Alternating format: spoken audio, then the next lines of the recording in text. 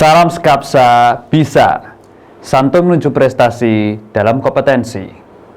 Oke pelajar Skapsa, pada mata pelajaran pemeliharaan sasis sepeda motor kelas 11 semester genap, hari ini kita akan membahas pembuangan udara palsu pada rem hidrolik. Untuk itu, mari kita simak materi berikut ini.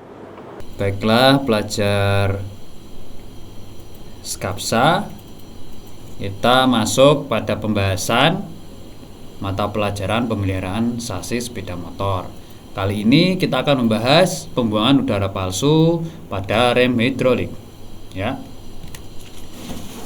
Pertama-tama saya akan memberikan gambaran kepada kalian bahwasanya setiap komponen part-part pada sepeda motor termasuk rem yang digunakan terus-menerus itu pasti lambat laun akan menyebabkan kualitas yang turun atau munculnya kerusakan-kerusakan. Salah satunya adalah udara palsu. Ya. Bagaimana udara palsu? Ya, udara palsu itu adanya udara pada saluran-saluran yang ada di rem hidrolik kalian, ya. Itu gambaran umumnya.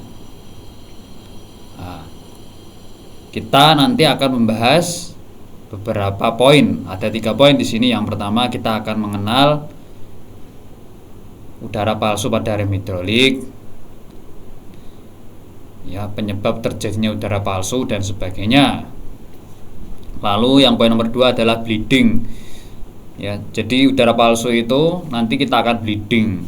Nah, kita mengenal bleeding itu apa, cara melakukannya, dan nanti ada penjelasannya. Lalu yang poin nomor 3 adalah minyak rem, ya.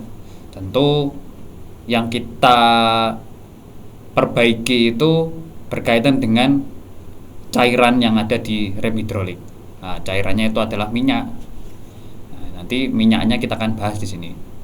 Jenis-jenis minyak rem dan penjelasannya, ya. Oke, langsung saja kita membahas udara palsu, ya. Ada 2 penyebab utama udara palsu. Yang pertama adalah vapor lock, ya. Apa itu vapor lock? Yaitu peristiwa cairan yang berubah menjadi wujud uap diakibatkan oleh panas di sekitar sistem pengereman, ya. Jadi karena adanya panas itu mengakibatkan timbul uap pada cairan. Nah, uap-uap inilah yang menyebabkan lahirlah udara palsu di dalam saluran rem hidrolik. Itu penyebab nomor 1. Penjelasan bisa kita lihat di presentasi. Yang poin nomor 2 juga penyebabnya adalah kebocoran pada seal master cylinder, ya. Penyebab kedua, ya. Tentu kalau ada kebocoran pasti ada celah di sana. Nah, kalau ada celah, udara rawan masuk, ya, pada celah-celah kebocoran itu, ya. Nah, untuk mengatasi hal-hal tersebut, kita melakukan yang dinamakan bleeding. Bleeding itu proses memperbaiki sistem rem hidrolik jika terjadi udara palsu di dalamnya, ya. Bleeding itu apa? Kita lihat di slide-nya. Yaitu adalah proses mengeluarkan udara palsu pada sistem pengereman cakram, ya, dan sebagainya. Bisa dibaca pada slide. Nah, itu ada tujuannya, ya, untuk menghilangkan angin yang bercampur dengan minyak rem. Lalu ada keuntungannya, yaitu cara tercepat untuk memperbaiki rem cakram, ya. Itu paling cepat, efektif dalam hal waktu, efisien, ya. Itu tentang bleeding. Nah, itu bisa dilihat gambarnya, ya, sekilas. Yaitu ada piston yang kuning itu pistonnya, itu kan kalipernya, rumahan kalipernya di situ. Lalu di situ nanti ada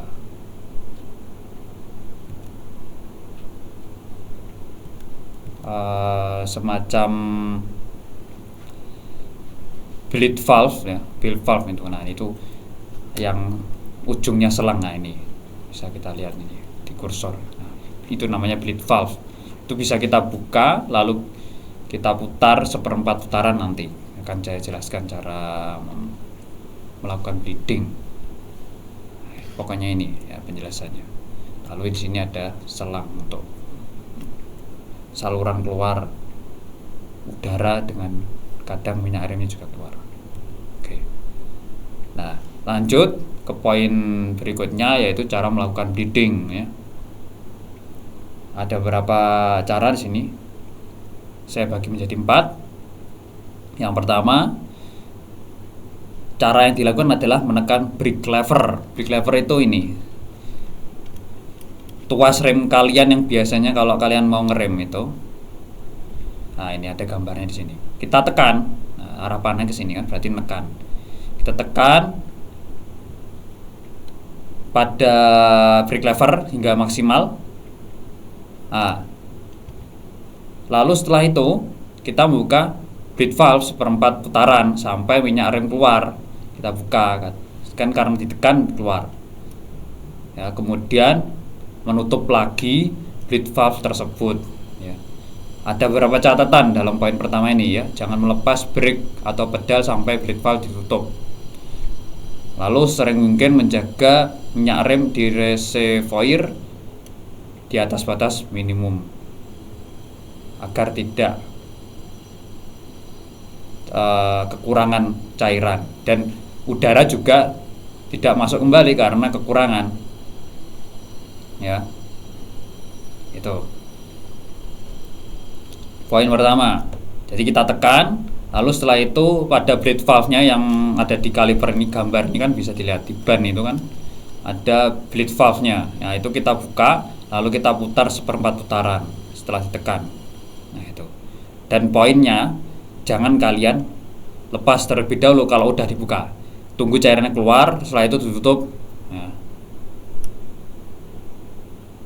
setelah ditutup, lanjut ke poin 2, yaitu lepas brake levernya, itu tuasnya ini. Kita lepas perlahan-lahan tapi ya. Kita lepas perlahan-lahan, tunggu beberapa detik. Nah, setelah itu kita lakukan kan tadi poin 1 dan 2. Lanjut ke poin 3. Nah, itu ulangi langkah 1 dan 2 beberapa kali sampai minyak yang terpompa keluar itu yang mengandung gelembung udara itu udah bersih ya. Sampai nggak ada gelembung-gelembung yang keluar ya. Kayak semacam apa ya namanya? Cairan itu kalau misalnya bercampur udara itu semacam gimana ya? Kayak ada gelembung udara di situ ya. Nah, diulang-ulang terus. Nah, lalu kalau udah, kencangkan bleed valve dan pastikan bahwa minyak rem cukup ya. Dicek lagi di dalam reservoir master cylinder itu. Reservoir master cylinder kan tempat penampungan dan tempat untuk mengisi minyak rem. Nah, itu dicek ulang-ulang apakah kalau udah dikeluarin minyaknya dari bleed valve itu cairan di reservoir master cylinder berkurang sampai batas minimum. Nah, kalau kurang kita isi lagi, dan juga jangan lupa batas maksimal, jangan sampai melebihi batas maksimal ya. Seperti itu. Kalau udah clear, sudah nggak ada waktu proses terakhir kita mengulangi langkah kedua, itu tidak ada cairan yang keluar berupa gelembung. Nah, kita rapatkan, lanjut ke proses 4, yaitu pasang kembali tutup master silindernya ya, karena udah selesai. Nah, itu jika proses itu berjalan dengan lancar, maka udara palsu yang ada di saluran sistem rem hidrolik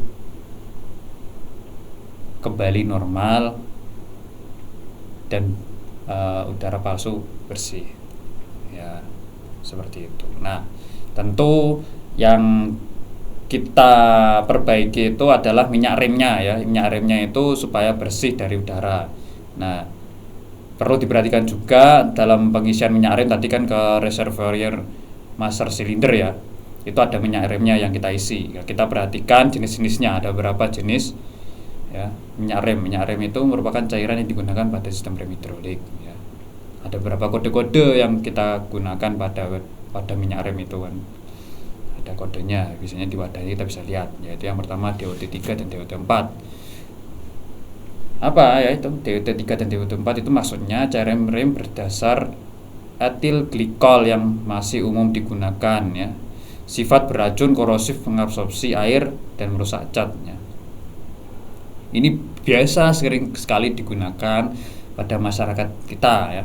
Namun sifatnya itu ada beberapa kurangan, yaitu beracun, korosif ya, masih mengabsorpsi air dan merusak cat. Nah, ini kelemahan-kelemahannya. Untuk akan sangat berpengaruh pada kualitas pengereman kita ya.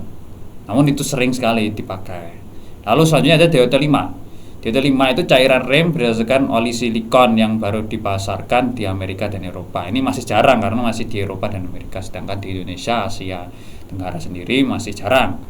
Yaitu pengganti DOT3 dan 4 yang bersifat anti karat. Nah, ini tentu kualitasnya akan lebih tinggi. Namun ya masih jarang, kita harus menunggu.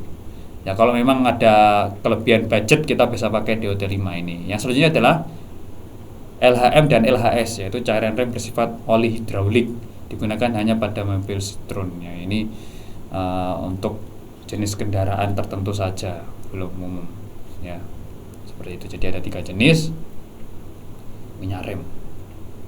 Ada soal selanjutnya ya, ada 4 soal ya, masing-masing memiliki poin 25 untuk mencapai nilai 100 ya, rata. Yang soal pertama, sebutkan dijelaskan dengan baik 2 penyebab dari udara palsu. Yang kedua, bleeding, jelaskan pengertian bleeding rem pada sepeda motor ya.